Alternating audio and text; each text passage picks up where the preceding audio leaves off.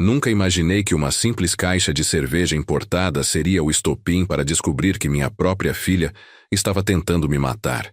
E o pior, ela não estava fazendo isso sozinha.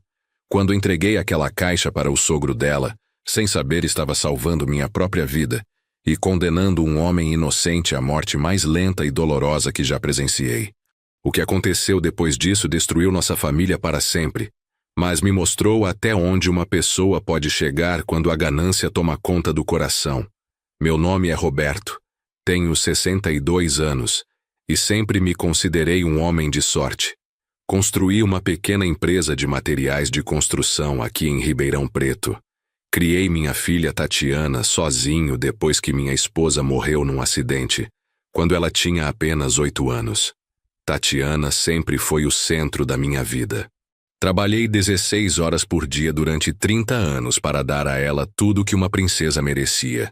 Faculdade particular de administração, carro zero, apartamento próprio quando se casou com o Daniel. Eu simplesmente não conseguia negar nada para aquela menina. A empresa cresceu além das minhas expectativas mais otimistas.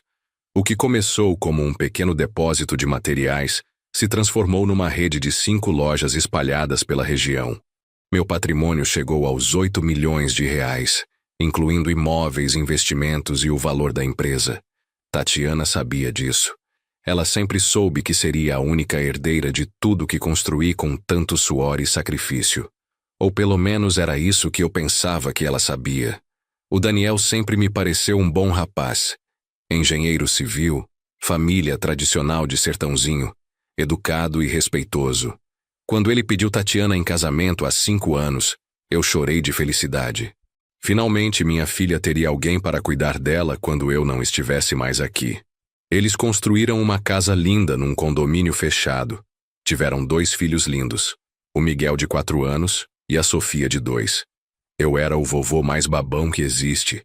Passava todos os domingos com eles. Levava os netos para passear. Dava presentes caros sem ocasião especial.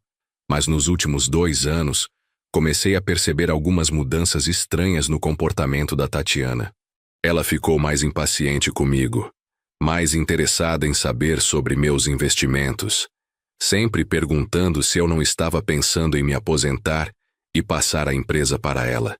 Chegou até a sugerir que eu fizesse um testamento para organizar as coisas. Eu achava que era preocupação normal de filha carinhosa. Como eu estava enganado. Tudo começou no meu aniversário de 62 anos, no dia 15 de março deste ano.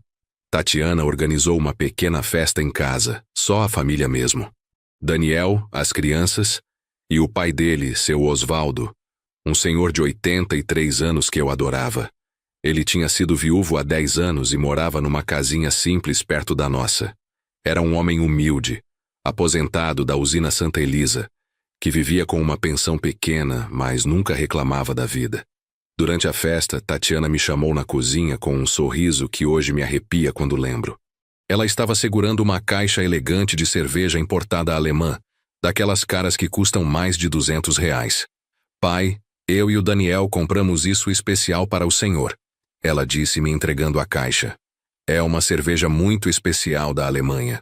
O vendedor disse que é para ser apreciada devagar, uma por noite, para relaxar antes de dormir. Promete que vai tomar direitinho? Eu fiquei emocionado. Sempre gostei de uma cervejinha no final do dia, e o fato de ela ter pensado nisso me tocou profundamente. Abracei minha filha com força, sentindo o cheiro do perfume francês caro que eu tinha dado para ela no Natal passado. Obrigado, minha princesa. Você sempre sabe como fazer seu pai feliz.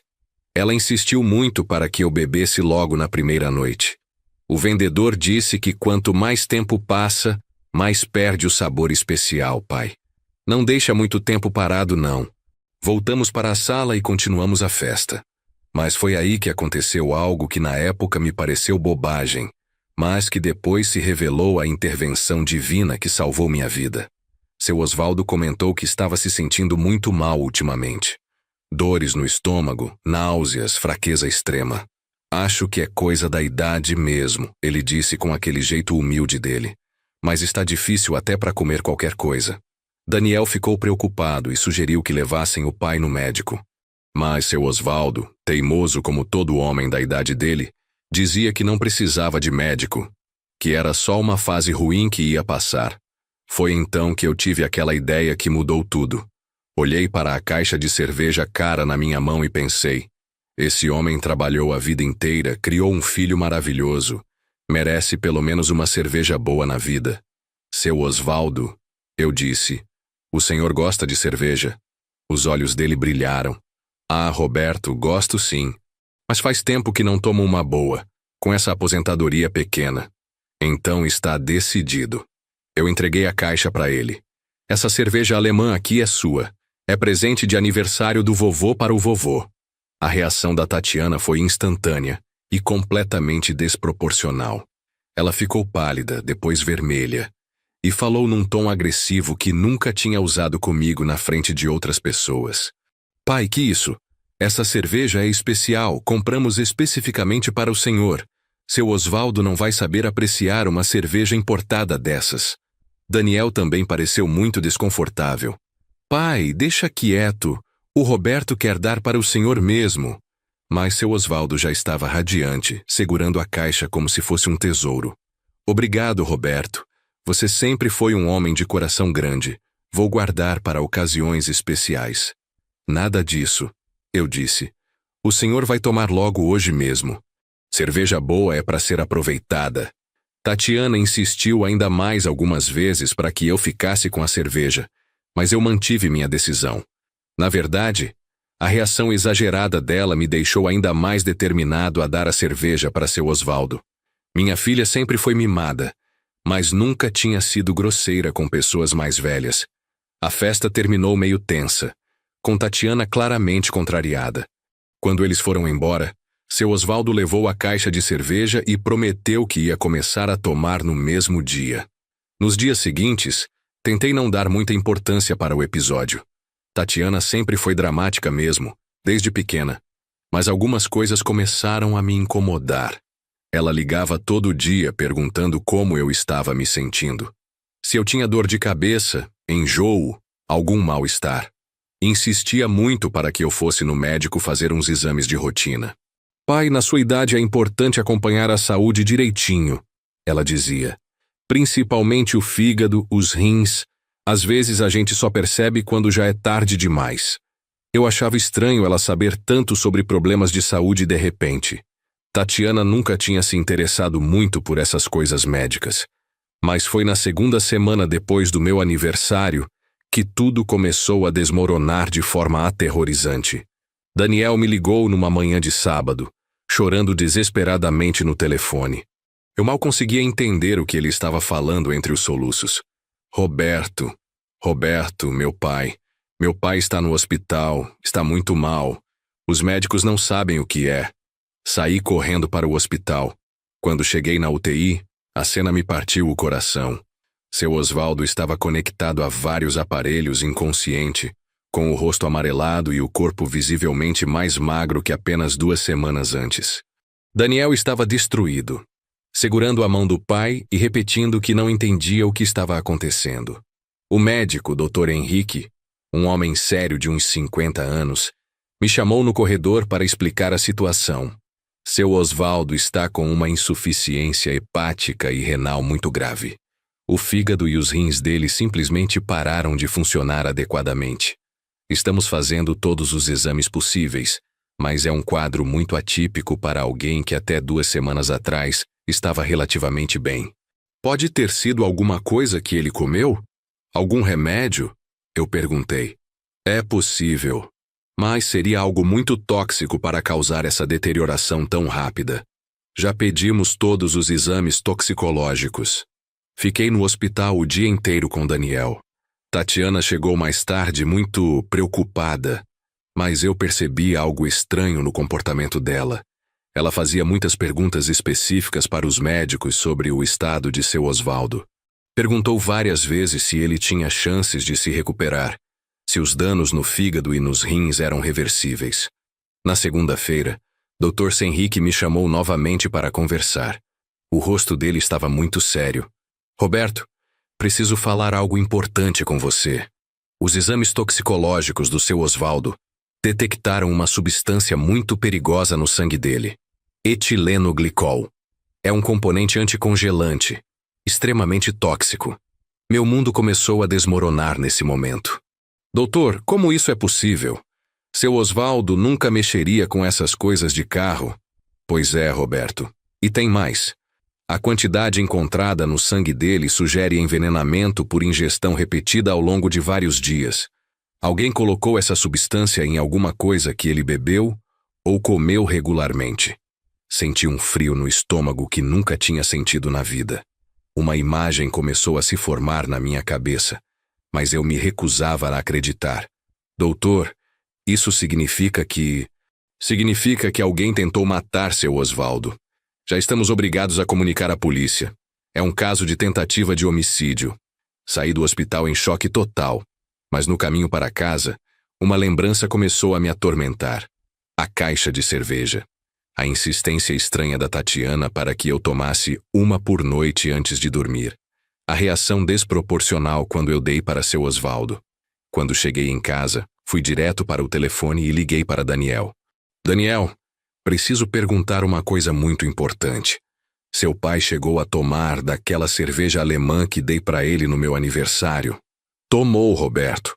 Ele ficou tão feliz com o presente que começou a tomar uma todo dia à noite, como o senhor sugeriu. Dizia que era a melhor cerveja que já tinha tomado na vida. Por que está perguntando? Minhas pernas bambaram. Tive que me sentar. Daniel, eu acho que alguém colocou veneno naquela cerveja. O silêncio do outro lado da linha durou uma eternidade. Roberto, o que o senhor está falando? Isso é impossível. Quem faria uma coisa dessas? Eu não conseguia falar o nome da minha própria filha, mas a verdade estava ali, clara como água. A cerveja era para mim.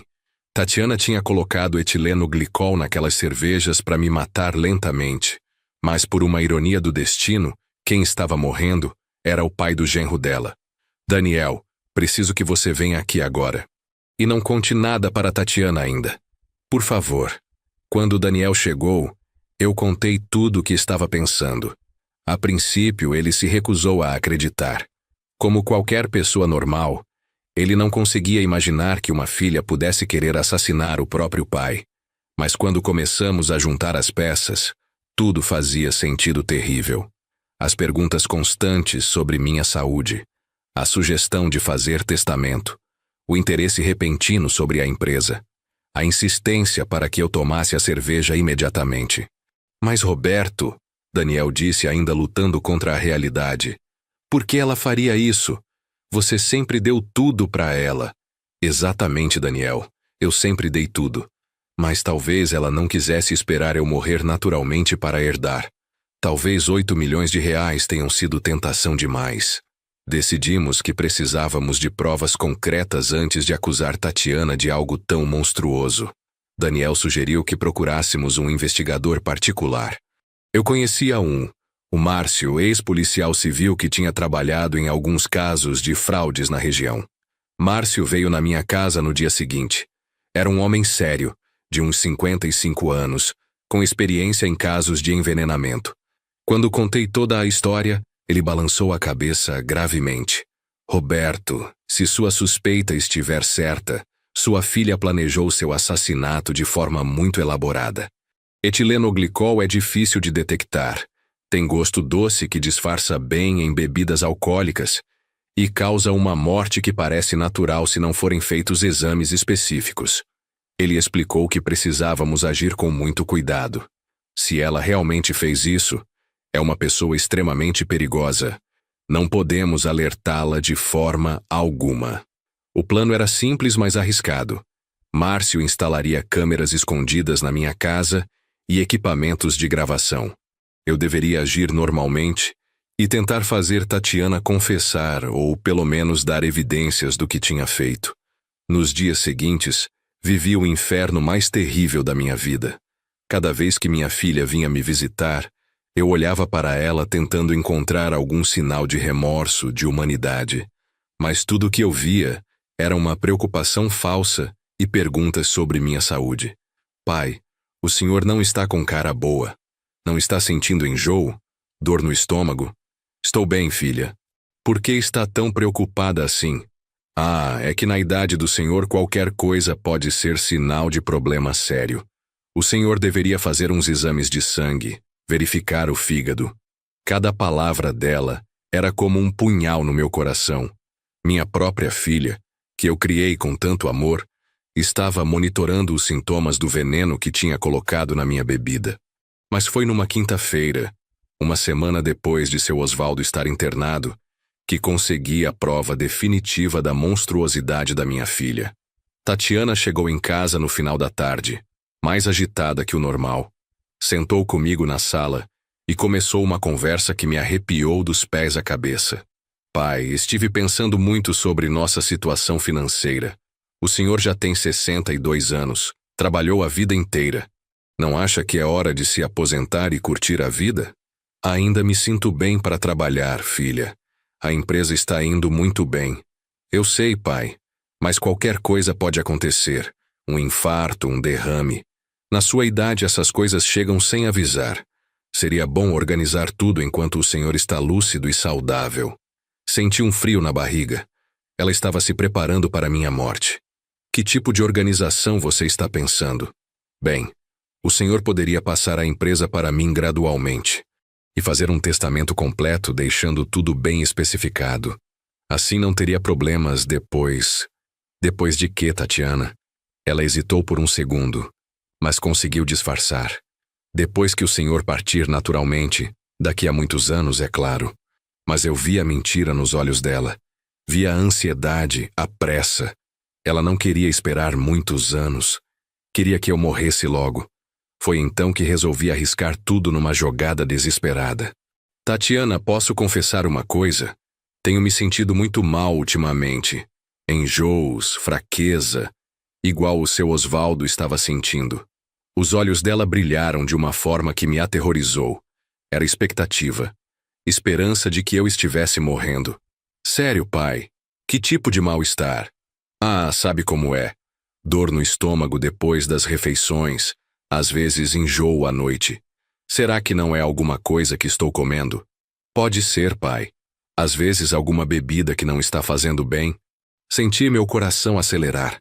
Ela estava se aproximando do assunto da cerveja. Que bebida, filha. Só tomo aquela cervejinha básica mesmo. Lembra daquela cerveja importada que eu e Daniel demos de presente? O senhor chegou a experimentar? Mentir para ela foi a coisa mais difícil que já fiz na vida, mas era necessário. Experimentei sim. Muito boa, por sinal. Só que acabou rapidinho. Rapidinho? Mas eram 12 garrafas, pai. É que eu gostei tanto que acabei tomando 2 por noite às vezes. A expressão dela mudou completamente. Ficou pálida e depois muito agitada. Pai, aquela cerveja era para ser tomada com moderação. 1 por noite no máximo. Se o senhor tomou 2 por noite, pode ter feito mal mesmo. Por quê, filha? Era só cerveja. Por quê? Porque era muito forte. Cerveja importada tem muito mais álcool que a nacional. Pode ter afetado seu fígado. Ela estava nervosa demais, falando rápido demais. E começou a fazer perguntas muito específicas sobre meus sintomas. O senhor sentiu náusea logo depois de tomar? A urina ficou mais escura? Teve dor nas costas? Na região dos rins? Eram exatamente os sintomas de envenenamento por etileno glicol que o médico tinha descrito. Minha filha conhecia perfeitamente os efeitos do veneno que tinha colocado na cerveja. Por que você sabe tanto sobre esses sintomas, Tatiana?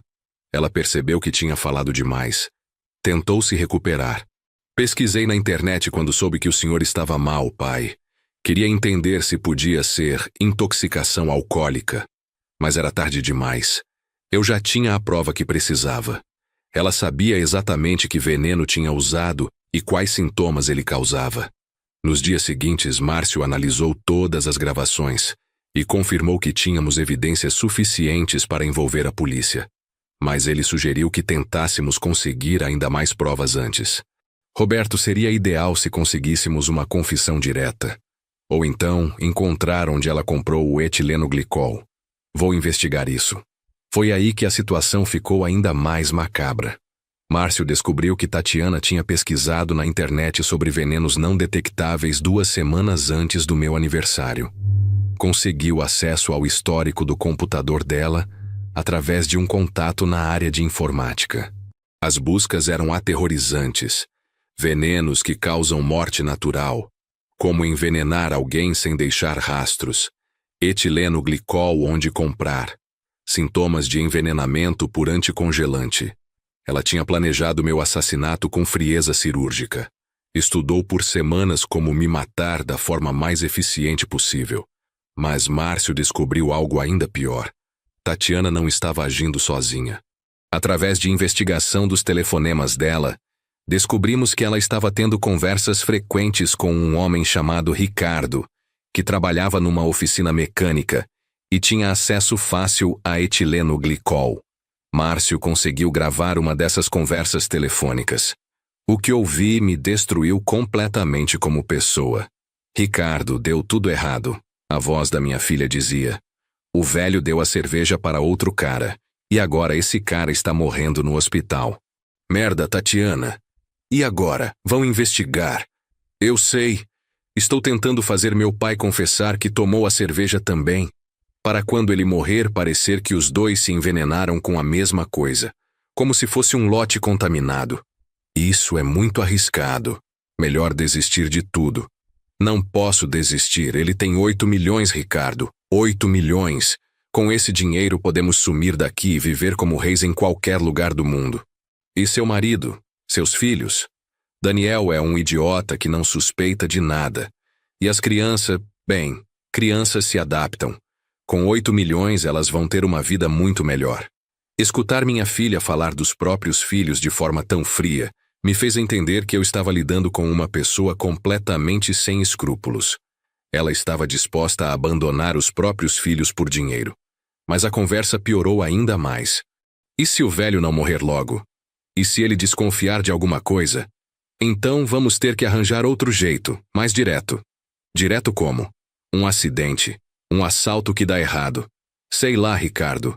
Você que se diz esperto inventa alguma coisa. Eles estavam planejando me matar de qualquer jeito. Se o veneno não funcionasse, partiriam para métodos mais violentos. Foi nesse momento que decidi que não podia mais esperar. Liguei para a polícia. O delegado Sérgio, homem experiente que conhecia minha família há anos, ouviu toda a história com expressão cada vez mais grave. Quando mostrei as evidências que Márcio tinha coletado, ele balançou a cabeça com tristeza. Roberto, em 30 anos de polícia já vi muita maldade. Mas uma filha tentar matar o próprio pai por dinheiro. Isso ainda me choca. Delegado, preciso saber. Minha filha pode ser presa por tentativa de homicídio? Pode e vai ser.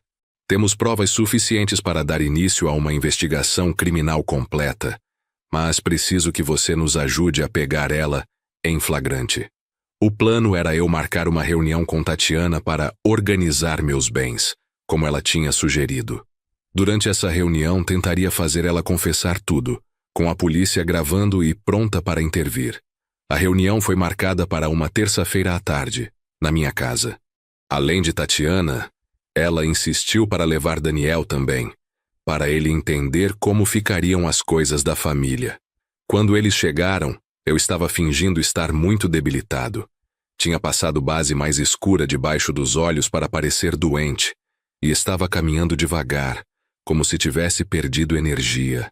A reação de Tatiana foi imediata e assustadora. Ela ficou visivelmente animada ao ver meu estado. Nossa, pai, o senhor está com uma cara terrível. Não está se cuidando? Não estou conseguindo comer direito, filha. E tenho sentido fraqueza, enjoos.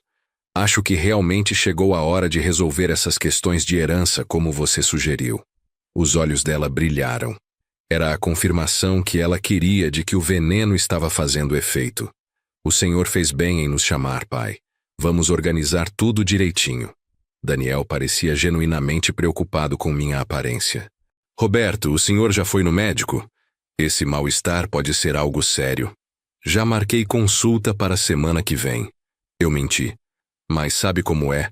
Nessa idade qualquer coisa pode ser o começo do fim. Foi aí que Tatiana começou a se mostrar como realmente era. É por isso que é importante deixar tudo organizado, enquanto o senhor está lúcido, pai. Se der alguma coisa grave, pelo menos eu vou conseguir cuidar de tudo sem problemas legais. Que tipo de problemas legais? Inventário, transferência de bens. Essas coisas demoram anos se não estiverem organizadas e custam uma fortuna em advogados. Ela começou a detalhar como eu deveria dividir meus bens. Mas o mais chocante era que em todos os cenários ela ficava com tudo. Daniel não herdaria nada. Os netos não tinham nenhum tipo de proteção financeira garantida. Tatiana, Daniel interrompeu. Não acha melhor deixar alguma coisa separada para as crianças? Um fundo de educação ou algo assim? A reação dela foi brutalmente reveladora. Daniel, você não entende dessas coisas. Se ficar tudo comigo, posso administrar melhor. Vou cuidar das crianças, é claro, mas preciso ter controle total dos recursos.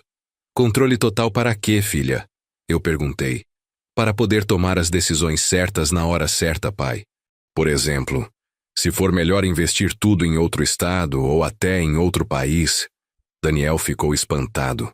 Outro país? Por que iríamos para outro país? É só um exemplo, Daniel. Estou falando de flexibilidade para administrar uma herança dessa magnitude. Mas eu percebi que ela já tinha planos concretos de sair do país com o dinheiro. Provavelmente com o tal Ricardo. Foi então que decidi forçar uma confissão mais direta. Tatiana, posso confessar uma coisa? Eu sei que você está preocupada com minha saúde. Mas não é só preocupação de filha carinhosa, é? Ela ficou tensa imediatamente. Do que o senhor está falando, pai? Estou falando que você sabe exatamente o que eu tenho. Sabe por que pesquisou na internet sobre os sintomas. O rosto dela ficou branco. Pai, eu não entendi. Tatiana, eu sei sobre o etileno glicol na cerveja. O silêncio que se seguiu foi ensurdecedor. Daniel olhava de mim para ela sem entender nada. Tatiana estava parada como estátua, com os olhos arregalados. Pai, o que o senhor está insinuando? Não estou insinuando nada. Estou afirmando. Você colocou etileno glicol naquela cerveja importada que me deu de presente. Você queria me matar para ficar com minha herança. Daniel se levantou da cadeira, chocado. Roberto, o que é isso? Tatiana jamais faria uma coisa dessas. Mas quando ele olhou para a esposa, viu a mesma coisa que eu estava vendo. Culpa, pânico. E nenhuma surpresa ou indignação como seria normal numa pessoa inocente. Tatiana, Daniel disse com a voz trêmula. Fala alguma coisa, nega isso. Ela tentou negar, mas suas palavras saíram atropeladas e sem convicção. É claro que eu nego. Que loucura é essa, pai? Como o senhor pode pensar uma coisa dessas de mim? Então me explica como você sabia que etileno glicol causa dor nos rins, urina escura e náusea. Me explica por que pesquisou sobre venenos na internet semanas antes do meu aniversário. A máscara finalmente caiu. Tatiana percebeu que estava encurralada, e sua reação foi a de uma criminosa descoberta, não de uma filha injustiçada. Você estava me espionando. Invadiu minha privacidade. Eu estava tentando entender por que minha própria filha queria me assassinar. Daniel estava em choque total. Tatiana, pelo amor de Deus, me diz que isso não é verdade. Me diz que você não fez isso. Foi aí que ela quebrou completamente. A pressão da situação, a certeza de que tinha sido descoberta, tudo desmoronou de uma vez.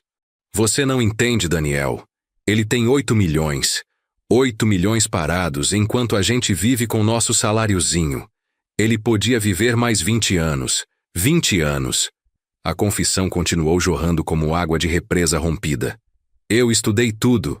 Etileno glicol é perfeito. Parece morte natural, ninguém suspeita. Ia ser rápido, sem sofrimento, e todo mundo ia falar que foi um homem que trabalhou muito, se cansou e partiu. Daniel estava chorando. Tatiana, como você pode falar assim? É seu pai.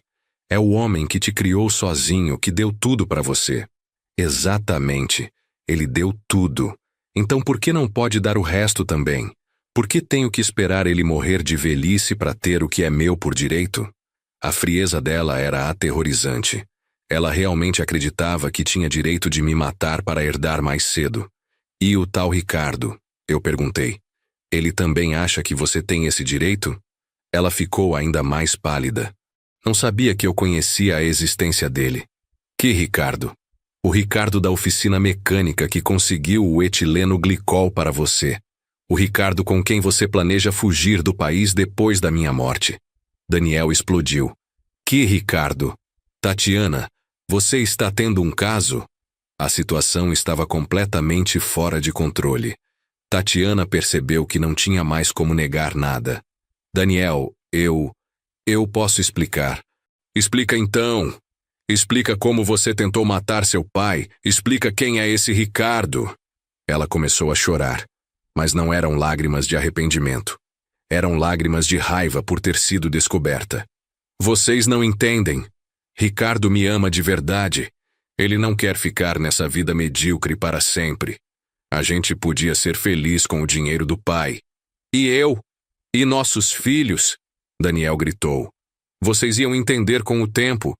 As crianças iam ter uma vida muito melhor. E você ia superar. Foi nesse momento que a polícia entrou.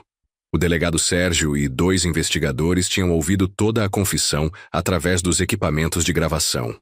Tatiana Rodrigues da Silva, você está presa por tentativa de homicídio qualificado contra seu pai Roberto Silva. A reação dela foi patética. Começou a gritar que tudo era mal entendido, que estava sendo perseguida, que era inocente, mas com a gravação da confissão completa, não havia mais como negar nada. Daniel estava destruído. Segurava minha mão e repetia: Roberto, eu não sabia de nada. Eu juro que não sabia de nada. Eu acreditava nele. O choque no rosto do meu genro era genuíno. Ele tinha sido enganado pela própria esposa da mesma forma que eu tinha sido enganado pela minha filha. Nos dias seguintes, a investigação da polícia revelou detalhes ainda mais perturbadores. Ricardo foi preso e confessou tudo. Ele e Tatiana tinham planejado não apenas minha morte, mas também uma forma de Daniel desaparecer depois que ela herdasse tudo. A ideia era fazer parecer que ele não aguentou a morte do sogro e saiu de casa. Ricardo confessou ao delegado. Depois de uns meses, ela pediria divórcio por abandono do lar e ficaria com a guarda total das crianças. Mas os planos eram ainda mais macabros. Se Daniel se recusasse a aceitar a separação pacificamente, eles tinham discutido resolver o problema de forma definitiva. Meu genro também estava marcado para morrer. A investigação também revelou que Tatiana tinha uma dívida de mais de R$200 mil em jogos online. Ela estava viciada em cassinos virtuais e tinha perdido todas suas economias e muito mais. A pressão dos agiotários era uma das motivações para ela querer meu dinheiro rapidamente. Ela chegou ao ponto de apostar a própria casa no jogo. O delegado me explicou. Se não conseguisse o dinheiro da herança logo, ia perder tudo mesmo. O vício em jogos explicava muita coisa. As visitas mais frequentes, as perguntas sobre dinheiro, a ansiedade constante. Minha filha tinha se tornado uma pessoa completamente diferente sem que eu percebesse. Mas o que mais me doía era saber que ela tinha planejado abandonar os próprios filhos. Miguel e Sofia, de 4 e 2 anos, iam ficar com um pai destruído emocionalmente enquanto a mãe fugia com o amante, usando o dinheiro do avô morto. O julgamento aconteceu 8 meses depois. Durante todo esse período, Tatiana ficou presa preventivamente. Daniel pediu a guarda completa das crianças e veio morar comigo para que eu pudesse ajudar a cuidar dos meus netos. Foi um período muito difícil. Miguel, mesmo pequeno, sentia a falta da mãe e não entendia por que ela não podia vir em casa. Daniel e eu inventávamos desculpas. Dizíamos que ela estava viajando a trabalho, mas sabíamos que em algum momento teríamos que contar a verdade. No tribunal, Tatiana tentou alegar insanidade mental. Disse que o vício em jogos tinha afetado seu julgamento. Mas a frieza do planejamento, os meses de preparação, as pesquisas detalhadas sobre venenos, tudo mostrava que ela estava plenamente consciente de seus atos. O promotor foi implacável. A ré planejou friamente o assassinato do próprio pai, homem que a criou sozinho e lhe deu todas as oportunidades na vida. O motivo? Ganância pura. Ela não queria esperar a morte natural para herdar. Queria matar para acelerar o processo. As evidências eram irrefutáveis. As gravações, o histórico de internet, os depoimentos de Ricardo, tudo comprovava a tentativa de homicídio. Mas o momento mais doloroso do julgamento foi quando o promotor chamou seu Osvaldo para depor. O pobre homem, que tinha sobrevivido por milagre, ainda estava muito debilitado. Ele mal conseguia falar. Tinha sequelas permanentes no fígado e nos rins. Dona Tatiana me deu uma sentença de morte. Ele disse com a voz fraca: eu nunca fiz mal para ninguém na minha vida. Trabalhei honestamente. Criei meu filho com dignidade. E quase morri porque uma moça que eu considerava como neta quis matar o próprio pai por dinheiro. Tatiana chorou durante o depoimento de seu Osvaldo, mas eu não senti nenhuma pena dela. Aquelas lágrimas eram de autocompaixão, não de arrependimento verdadeiro. A sentença foi de 15 anos de prisão em regime inicialmente fechado. Ricardo pegou 10 anos como coautor.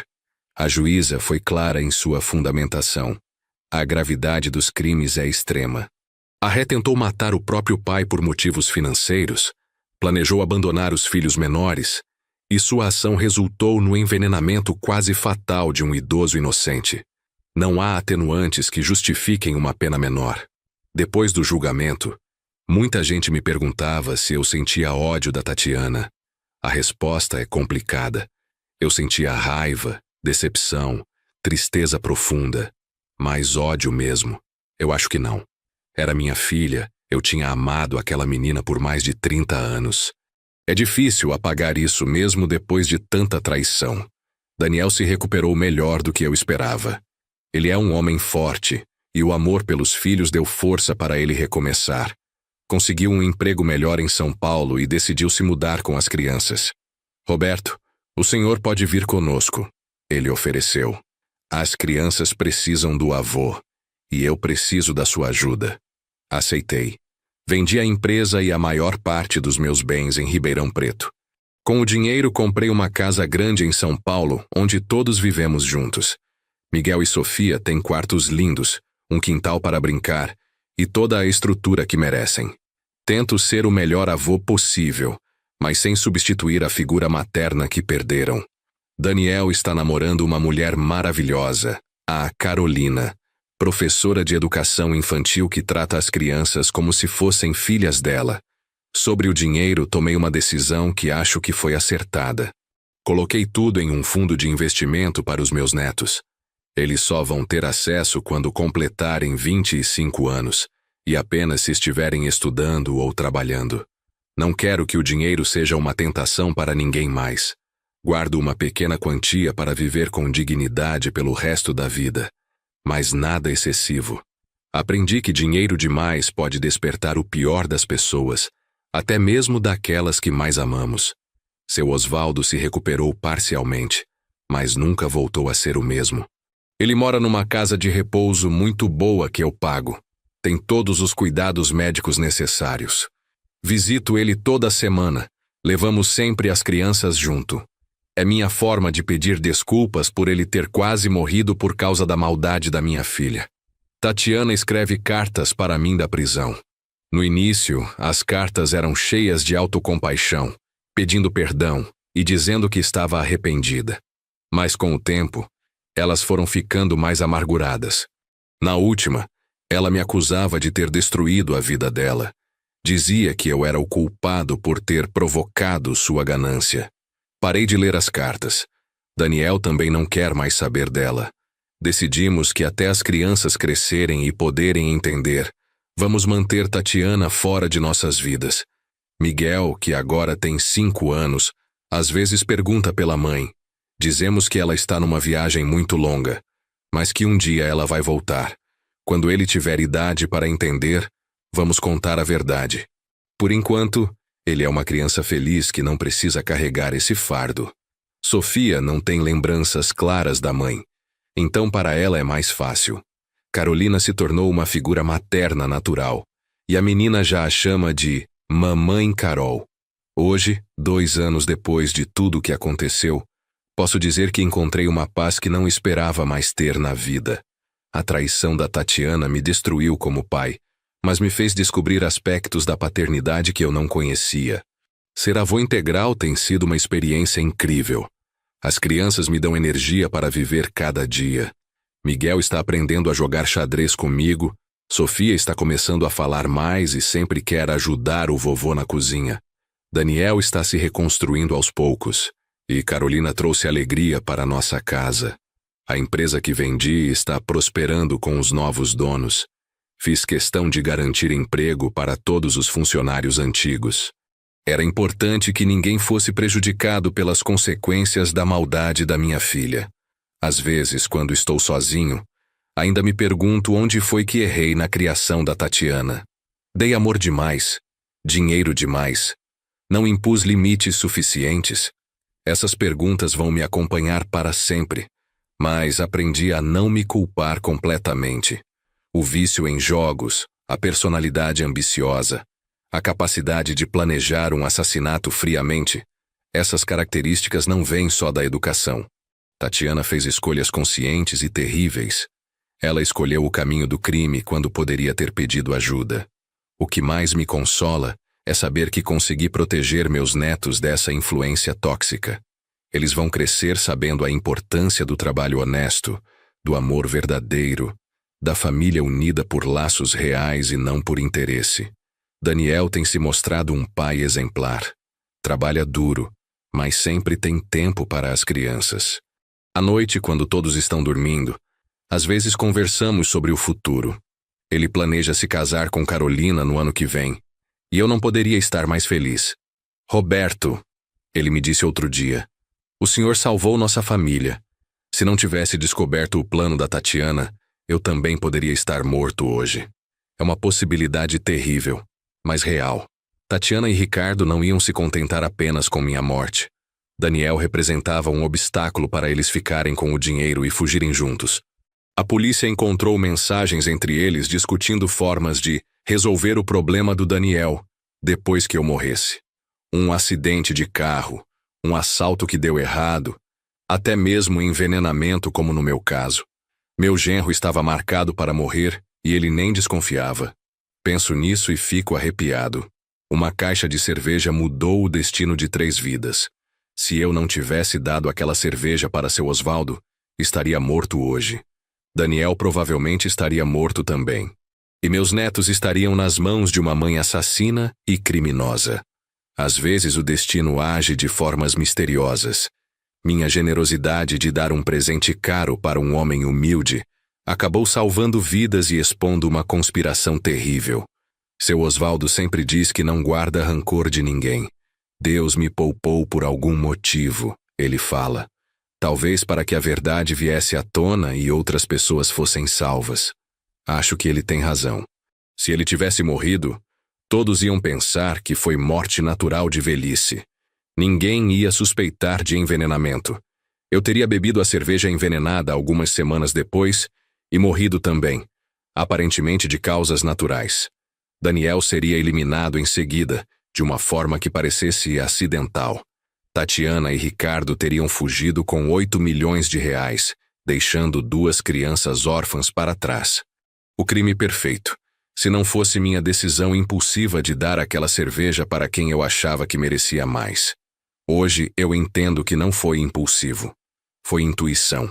Alguma coisa dentro de mim sabia que havia algo errado com aquele presente.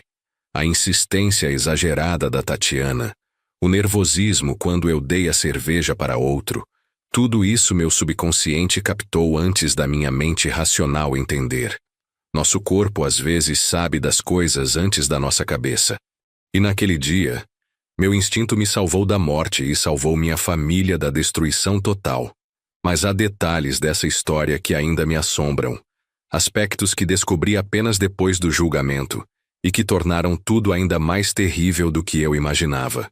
A investigação da polícia continuou mesmo após a condenação, e o que descobriram sobre os verdadeiros planos de Tatiana e Ricardo me fez entender que escapei de algo muito pior que apenas a morte.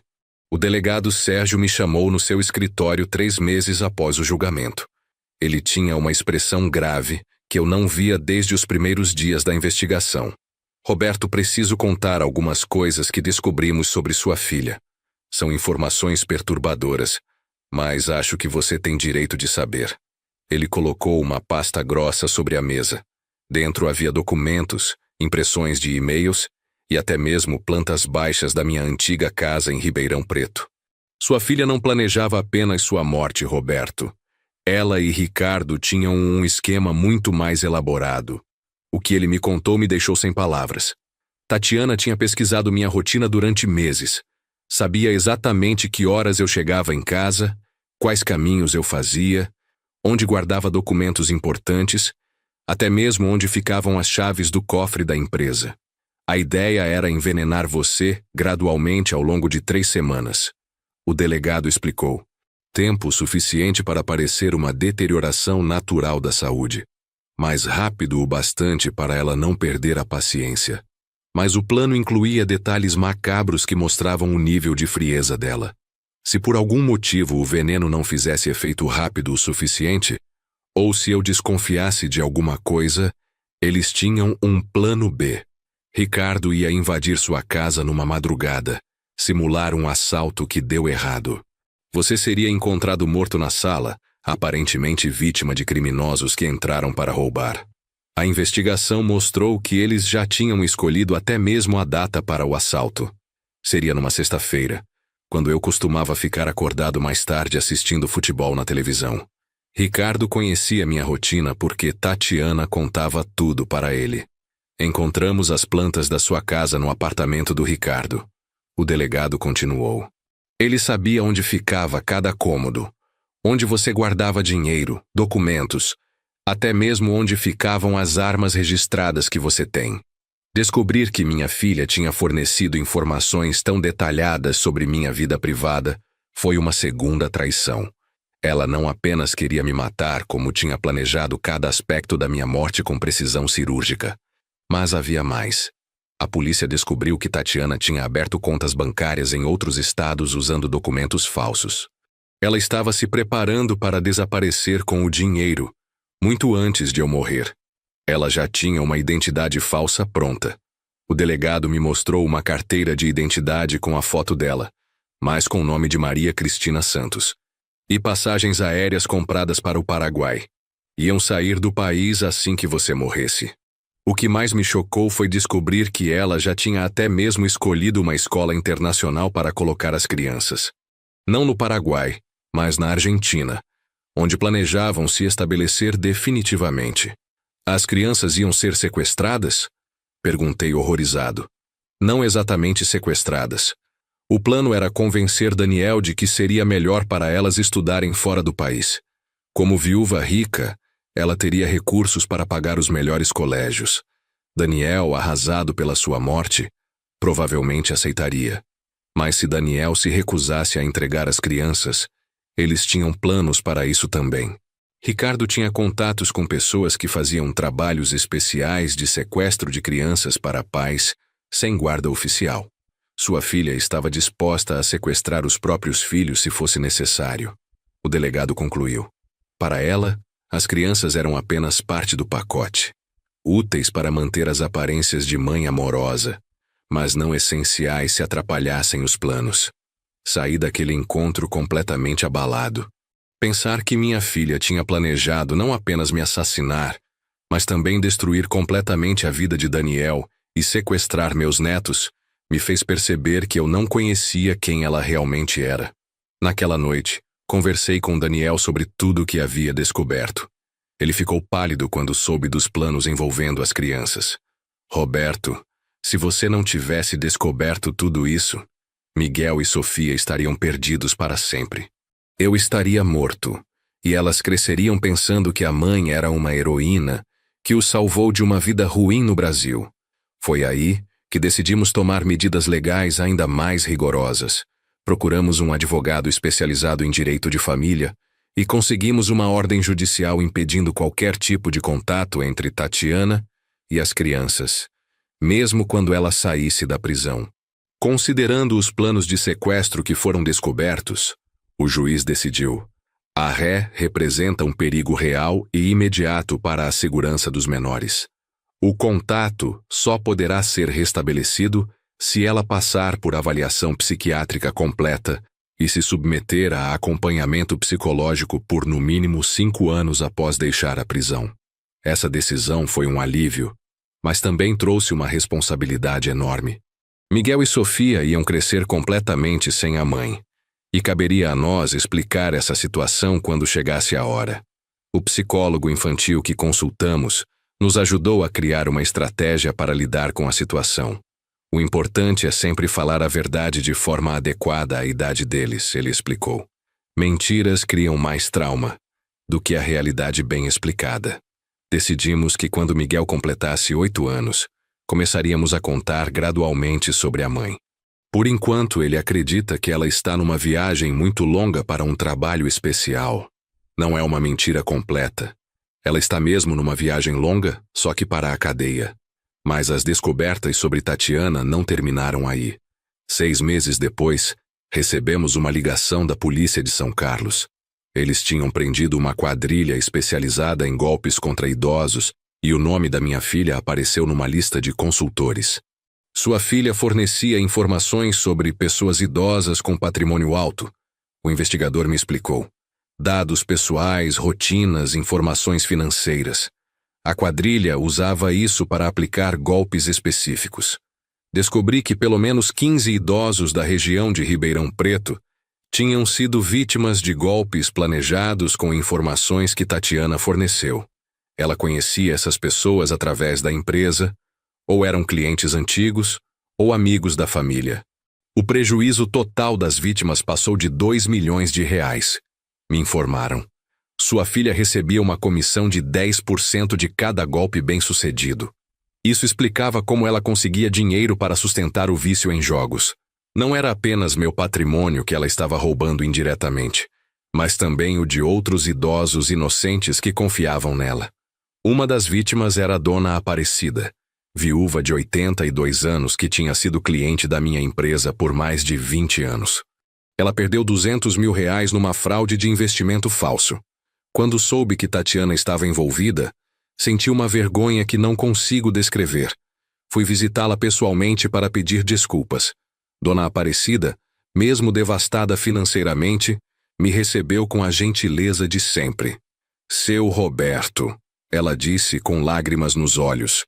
Eu confiava na Tatiana como se fosse minha própria neta.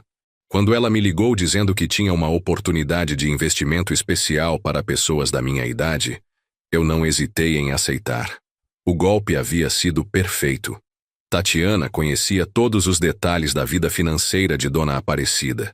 Sabia que ela tinha acabado de receber uma indenização de seguro pela morte do marido. Sabia que ela era uma pessoa simples, que não entendia de investimentos complexos. Ela veio aqui em casa, trouxe documentos que pareciam oficiais, falou de rendimentos garantidos. Até chorou quando disse que estava me oferecendo aquela oportunidade porque eu era especial para a família de vocês. Dona Aparecida perdeu todas suas economias. Teve que vender a casa onde morou por 50 anos e ir morar com um sobrinho em condições muito mais humildes. Aos 82 anos, sua vida foi destruída pela ganância da minha filha. Decidi que era minha obrigação moral reparar pelo menos parte do dano. Usei parte do dinheiro que eu tinha reservado para comprar uma casa pequena mais confortável para Dona Aparecida e criei uma conta poupança que garante uma renda mensal para ela pelo resto da vida. Seu Roberto, isso não é culpa sua. Ela insistiu quando oferecia ajuda. O senhor também foi vítima da sua própria filha. Dona Aparecida, ela usou o nome da minha família e a confiança que a senhora tinha em nós para roubar a senhora. É minha responsabilidade consertar isso. Fiz a mesma coisa com todas as outras vítimas dos golpes que envolveram informações fornecidas por Tatiana. Usei praticamente metade do meu patrimônio para ressarcir pessoas que foram prejudicadas indiretamente pelas ações da minha filha. Daniel, inicialmente, achou que eu estava sendo excessivo. Roberto, o senhor não tem obrigação legal de pagar por crimes que não cometeu. Não tenho obrigação legal, Daniel. Mas tenho obrigação moral. Essas pessoas confiaram na nossa família e essa confiança foi traída. Posso não ter feito nada de errado, mas posso fazer algo de certo agora. A decisão de ressarcir as vítimas me trouxe uma paz interior que não esperava. Era como se estivesse limpando o nome da família, restaurando a honra que Tatiana tinha manchado. Mas durante esse processo de reparação, descobri mais detalhes perturbadores sobre a vida dupla que minha filha levava. Uma das vítimas, seu Antônio, comerciante aposentado de 78 anos, me contou que Tatiana frequentava a casa dele regularmente nos últimos 2 anos. Ela dizia que estava fazendo uma pesquisa sobre a história de empresários da região. Seu Antônio explicou. Fazia muitas perguntas sobre minha vida, meus negócios antigos, minhas economias. Eu achava que era interesse genuíno. Na verdade, Tatiana estava mapeando sistematicamente todos os idosos com patrimônio na região. Ela tinha criado uma lista completa com dados detalhados, valor estimado do patrimônio, rotinas diárias, familiares próximos, estado de saúde, grau de vulnerabilidade a golpes. Encontramos um caderno com mais de 50 nomes. O delegado me mostrou. Sua filha tinha transformado isso numa operação comercial. Vendia informações para diferentes quadrilhas, dependendo do tipo de golpe que elas aplicavam. Ver aquele caderno foi uma das experiências mais devastadoras da minha vida. Ali estavam nomes de pessoas que eu conhecia há décadas, clientes da empresa, amigos da família, vizinhos. Todos eles tinham sido catalogados pela minha própria filha como possíveis vítimas de crimes. Alguns dos nomes tinham anotações ao lado que me arrepiaram.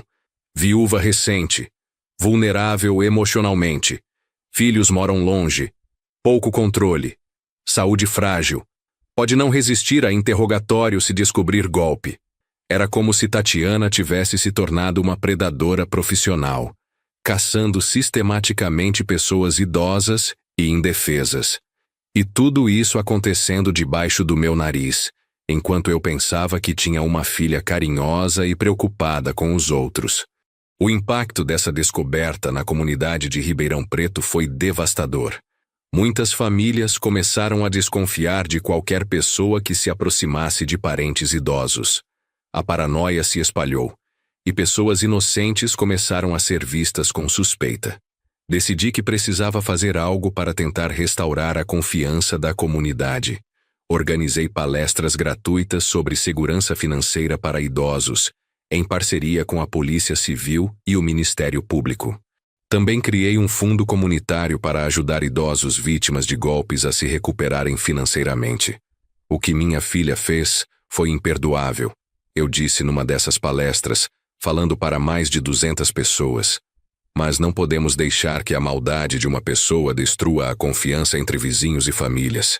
Precisamos nos unir para proteger nossos idosos, não nos isolar por medo. A resposta da comunidade foi surpreendente. Muitas pessoas se ofereceram para ajudar no trabalho de proteção aos idosos. Criamos uma rede de apoio onde vizinhos ficavam atentos a movimentações suspeitas, famílias adotavam idosos sozinhos e comerciantes locais foram treinados para identificar possíveis golpes. Em 6 meses, conseguimos reduzir drasticamente o número de crimes contra idosos na região. Foi uma forma de transformar a tragédia causada por Tatiana em algo positivo para toda a comunidade. Mas, paralelamente a todo esse trabalho comunitário, eu estava lidando com questões muito pessoais e dolorosas relacionadas aos meus netos. Miguel, agora com 6 anos, estava começando a fazer perguntas mais específicas sobre a mãe. Vovô, por que a mamãe não liga para falar comigo? Ele perguntou numa tarde de domingo, enquanto brincávamos no quintal. Era uma pergunta que eu vinha temendo há meses. Junto com Daniel e Carolina, tínhamos ensaiado possíveis respostas. Mas, na hora H, olhar nos olhos inocentes do meu neto e mentir parecia impossível. Miguel, às vezes as pessoas grandes fazem coisas erradas e precisam ficar um tempo longe para aprender a ser melhores. Eu disse, tentando escolher as palavras com cuidado. A mamãe fez alguma coisa errada? Fez sim, meu netinho. Uma coisa muito errada que machucou muitas pessoas. Ela machucou você, vovô? A pergunta me pegou desprevenido. Olhei para aquele menino inteligente e percebi que ele já suspeitava de alguma coisa. As crianças são muito mais perceptivas do que imaginamos. Machucou sim, Miguel. Mas o vovô já está melhor. E você e a Sofia são a medicina que me cura todos os dias. Ele ficou pensativo por um momento. Depois me deu um abraço apertado. Você não vai embora também, vai, vovô? Nunca, meu príncipe.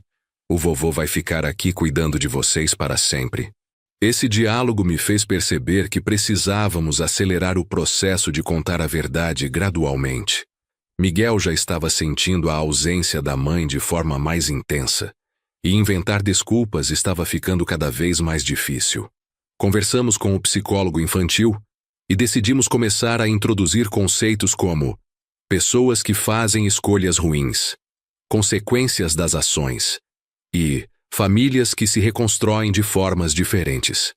O objetivo era preparar o terreno para, eventualmente, explicar que a mãe dele estava presa por ter cometido crimes graves. Sofia, por outro lado, estava se adaptando perfeitamente à nova estrutura familiar. Para ela, Carolina já era a figura materna principal. Aos 3 anos ela não tinha memórias claras de Tatiana, então a ausência não causava o mesmo tipo de questionamento que Miguel fazia. Mas foi durante esse período delicado de adaptação familiar que recebemos uma notícia que mudou tudo novamente. Tatiana tinha sido encontrada morta na prisão. A ligação veio num sábado de manhã. Era o diretor do presídio, comunicando que minha filha havia sido encontrada sem vida em sua cela. Causa aparente: suicídio por enforcamento. O impacto emocional foi indescritível. Por mais que eu soubesse que Tatiana tinha se tornado uma criminosa perigosa, ela ainda era minha filha.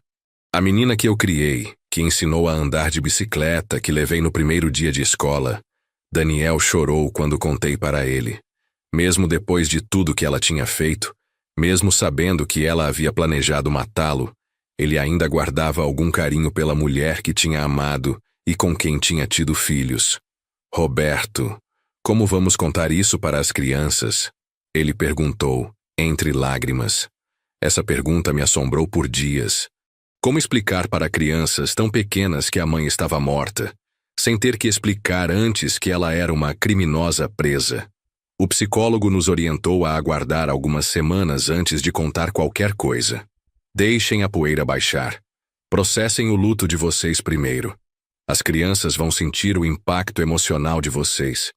Então é importante que vocês estejam estáveis antes de conversar com elas. Durante o velório e enterro, tomei uma decisão que muita gente criticou, mas que considero correta até hoje. Não levei Miguel e Sofia. Eles eram pequenos demais para entender o que estava acontecendo, e não queria que as últimas imagens da mãe fossem dentro de um caixão. Pouquíssimas pessoas compareceram ao enterro. Alguns parentes distantes, eu, Daniel, Carolina e, surpreendentemente, seu Osvaldo. O velho senhor, ainda debilitado pelas sequelas do envenenamento, fez questão de estar presente. Por que o senhor veio? Perguntei, genuinamente surpreso. Porque, independente do que ela fez, ela era sua filha, Roberto, e o senhor é minha família agora. Não ia deixar o senhor passar por isso sozinho.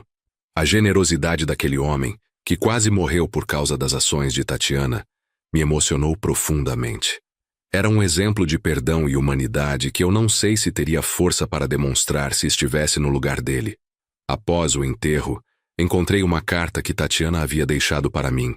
O diretor da prisão me entregou pessoalmente, explicando que ela havia pedido para só me dar depois da morte dela. Ler aquela carta foi uma experiência perturbadora e, ao mesmo tempo, libertadora. Ela começava pedindo perdão, reconhecendo a gravidade dos crimes que havia cometido, mas rapidamente se transformava numa tentativa de justificar suas ações. Pai, eu sei que o Senhor nunca vai me perdoar, e eu entendo, mas preciso que saiba que nunca quis realmente machucar ninguém. O vício em jogos me transformou numa pessoa que eu não reconhecia. Perdi o controle de tudo, perdi a noção do certo e errado. Ela continuava explicando que a ideia de me envenenar havia surgido numa noite em que ela devia mais de 300 mil reais para agiotários e estava sendo ameaçada de morte. Eles disseram que iam machucar as crianças se eu não pagasse até o final daquela semana. Foi quando pensei que, se o senhor morresse de causas naturais, eu herdaria tudo e poderia quitar as dívidas. Na minha cabeça, era a única forma de salvar meus filhos. Ela explicava que conheceu Ricardo justamente através desses agiotários. Ele trabalhava para eles como cobrador, e foi quem sugeriu o etileno glicol como método limpo de assassinato. Eu sei que isso não justifica nada, pai. Sei que sou um monstro. Mas quero que saiba que, no fundo distorcido da minha mente, eu achava que estava protegendo minha família. A carta terminava com um pedido específico. Pai, cuide das minhas crianças. Conte para elas que a mamãe as amava, mas estava muito doente e fez coisas terríveis por causa dessa doença. Não deixe que elas me odeiem. Não deixe que cresçam com essa marca. E, por favor, não conte para elas como eu morri. Deixe que pensem que foi uma doença, não um suicídio. Depois de ler a carta várias vezes, tomei uma decisão. Ia guardar aquele documento, mas não ia seguir todos os pedidos dela. Sobre amar as crianças, isso ela não precisava pedir. Eu já fazia e sempre faria. Mas sobre mentir para elas, sobre quem ela realmente era, isso eu não podia fazer. Miguel e Sofia mereciam conhecer a verdade sobre a mãe, adequada à idade deles, é claro, mas a verdade. Precisavam entender que ações têm consequências, que choices podem destruir famílias, e que nem sempre as pessoas que amamos fazem as escolhas certas. 2 semanas após o enterro, sentamos com as crianças para contar que a mamãe tinha morrido. Foi uma das conversas mais difíceis da minha vida. Miguel chorou muito. Sofia, por ser menor, não entendeu completamente o conceito de morte, mas percebeu que era algo triste e chorou também. A mamãe não vai mais voltar da viagem? Miguel perguntou. Não vai mais, meu anjo. Mas ela vai ficar sempre no nosso coração, nas nossas lembranças boas. Quais são as lembranças boas, vovô? Essa pergunta me fez perceber como era difícil encontrar lembranças genuinamente boas de Tatiana nos últimos anos. A maior parte das interações dela com as crianças nos últimos tempos tinha sido motivada por interesse no meu dinheiro, não por amor maternal genuíno. Lembra quando vocês eram bebês e ela cantava para vocês dormirem? Eu disse, buscando na memória momentos em que ela parecia realmente conectada com os filhos. Lembro, Miguel disse, animando-se um pouco. Ela cantava aquela música do passarinho. Isso mesmo. Essa é uma lembrança boa que vocês podem guardar para sempre. Nos meses que se seguiram, trabalhamos intensamente com terapia familiar para ajudar as crianças a processarem a perda da mãe. O psicólogo nos orientou a criar rituais de memória positivos, onde celebrávamos aspectos bons da personalidade de Tatiana antes que ela se tornasse uma criminosa. Plantamos uma roseira no quintal em memória dela, não porque ela merecesse, mas porque as crianças precisavam de um lugar físico para direcionar sua saudade e suas lembranças. Miguel, especialmente, desenvolveu um ritual de conversar com a roseira quando sentia a falta da mãe. Ele contava sobre a escola, sobre os amigos, sobre as coisas que estava aprendendo. Era sua forma de manter algum tipo de conexão. Vovô, você acha que a mamãe pode me ouvir quando falo com a roseira? Ele perguntou um dia. Eu acho que o amor entre mãe e filho é tão forte que atravessa qualquer distância, Miguel. Se você sente que ela está ouvindo, então ela está. Essas conversas me fizeram refletir sobre a complexidade do luto. Estávamos enlutando por alguém que havia nos traído da pior forma possível, mas que também havia sido amada. Era um tipo de luto complicado, cheio de contradições e sentimentos conflitantes. Carolina foi fundamental nesse processo. Ela nunca tentou substituir a mãe das crianças, mas criou seu próprio espaço no coração delas. Gradualmente, elas começaram a chamá-la de Mãe Carol, reconhecendo sua importância na família sem apagar a memória de Tatiana. Hoje, 3 anos após a morte de Tatiana, posso dizer que nossa família reconstituída encontrou um equilíbrio saudável. Miguel, agora com 9 anos, sabe que a mãe morreu e tem uma noção adequada à sua idade de que ela tinha problemas que a fizeram tomar decisões muito ruins. Sofia, aos 6 anos, considera Carolina sua mãe em todos os aspectos práticos, mas também sabe que teve outra mãe que foi para o céu quando ela era pequena. Daniel e Carolina se casaram no ano passado, numa cerimônia linda no nosso quintal. Miguel foi o pajem, Sofia foi a daminha, e eu tive a honra de entregar Carolina ao Daniel, simbolizando a aceitação completa dela na nossa família. O negócio da família também se reconstruiu de forma diferente. Com parte do dinheiro que sobrou após ressarcir as vítimas dos golpes de Tatiana, Daniel abriu uma empresa de consultoria em engenharia. Não tem a magnitude da antiga empresa de materiais de construção, mas é honesta, próspera e permite que ele tenha tempo de qualidade com a família. Seu Osvaldo melhorou significativamente e agora mora numa casa pequena ao lado da nossa. Ele se tornou uma espécie de bisavô para Miguel e Sofia, conta histórias, ensina jogos antigos e é uma presença constante e amorosa na vida deles. Roberto, ele me disse recentemente, às vezes acho que Deus permitiu que eu passasse por aquele sofrimento para que encontrasse uma família de verdade nos meus últimos anos. Seu Osvaldo, nós que tivemos sorte de encontrar o Senhor nos ensina todos os dias sobre perdão, humildade e bondade. A comunidade de Ribeirão Preto também se recuperou do trauma causado pelos crimes de Tatiana. O trabalho de proteção aos idosos que começamos continua ativo e eficiente. Criamos uma ONG que já ajudou mais de 500 idosos a se protegerem contra golpes e fraudes. Às vezes, quando estou brincando com Miguel e Sofia no quintal, olho para a roseira que plantamos em memória de Tatiana e sinto uma mistura complexa de tristeza e gratitude. Tristeza pelo que ela se tornou e pelas oportunidades de redenção que ela desperdiçou. Gratitude por ter descoberto seus planos antes que fosse tarde demais. Também sinto uma responsabilidade enorme de criar Miguel e Sofia, de forma que eles nunca desenvolvam a ganância e a frieza que destruíram a mãe deles. Ensino-lhes desde pequenos sobre o valor do trabalho honesto, sobre a importância de ajudar os outros, sobre como o dinheiro é uma ferramenta, não um objetivo de vida. Vovô, Miguel me perguntou outro dia, quando eu crescer, vou ficar rico como você? Miguel, riqueza verdadeira não está no dinheiro. Está em ter pessoas que te amam, em fazer o bem para os outros, em dormir com a consciência tranquila. Se você for uma pessoa boa, honesta e trabalhadora, você já será o homem mais rico do mundo. Essas lições parecem estar sendo absorvidas. Miguel é generoso com os colegas de escola.